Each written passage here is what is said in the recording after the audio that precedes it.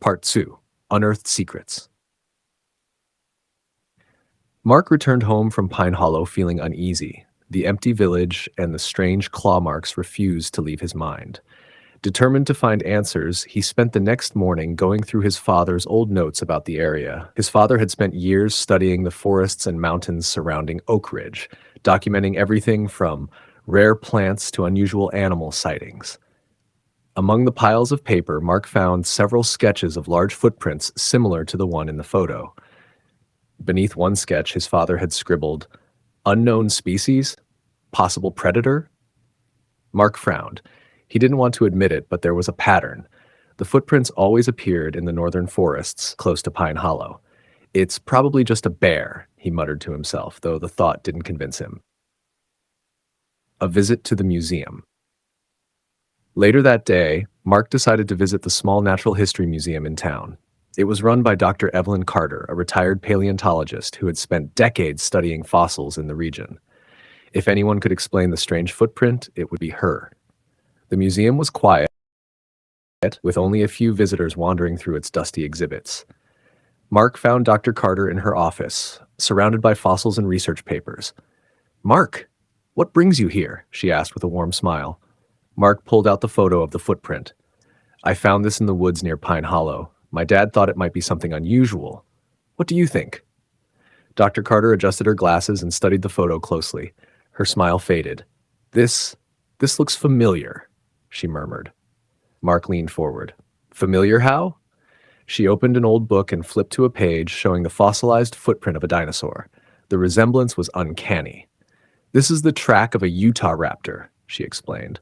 "They were large, intelligent predators that lived millions of years ago." Mark laughed nervously. "That's impossible. Dinosaurs have been extinct for millions of years."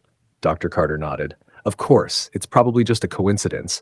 The shape could be the result of erosion or an unusual deformation in the soil, but it's certainly intriguing."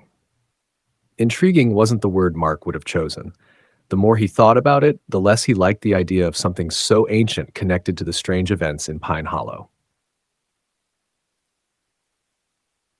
The expedition. Despite his doubts, Mark decided to investigate further. He asked Dr. Carter if she would join him on a trip to the northern forests to study the area. She agreed, excited by the prospect of finding something new. The following day, they set out early in the morning, armed with maps, cameras, and sample kits. The forest was beautiful and calm, with sunlight streaming through the trees. They spent hours exploring, collecting soil samples and photographing unusual plants. At one point, they came across a stream where the water had eroded the soil, exposing several large rocks. One of the rocks bore deep, parallel grooves, as if something with claws had scratched it. Dr. Carter examined the grooves carefully. These could be marks from an animal sharpening its claws, but the size! She trailed off, looking unsettled. Mark tried to lighten the mood.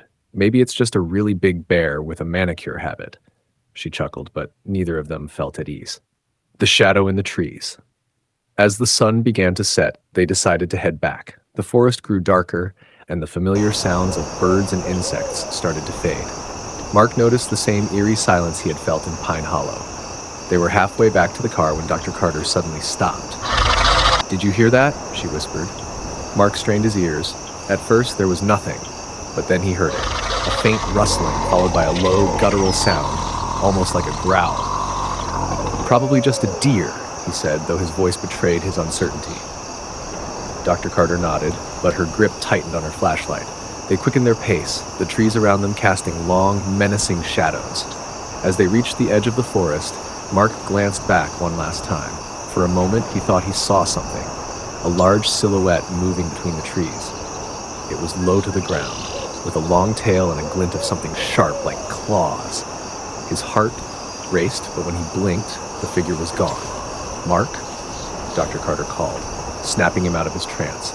"Yeah, I'm coming," he said, shaking his head. They reached the car and drove back to town in silence, neither of them mentioning what they had seen or thought they had seen. The beginning of the nightmare. That night, Mark sat alone in his room, staring at the photo of the footprint. The resemblance to the Utah raptor track was undeniable. Suddenly, his phone buzzed. It was a message from an unknown number. "Do not return to the forest. It's not safe."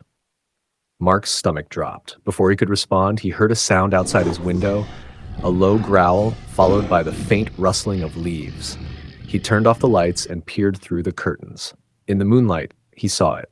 A massive creature standing on two legs, its sharp claws glinting and its piercing eyes scanning the area. It was real. The Utahraptor had returned.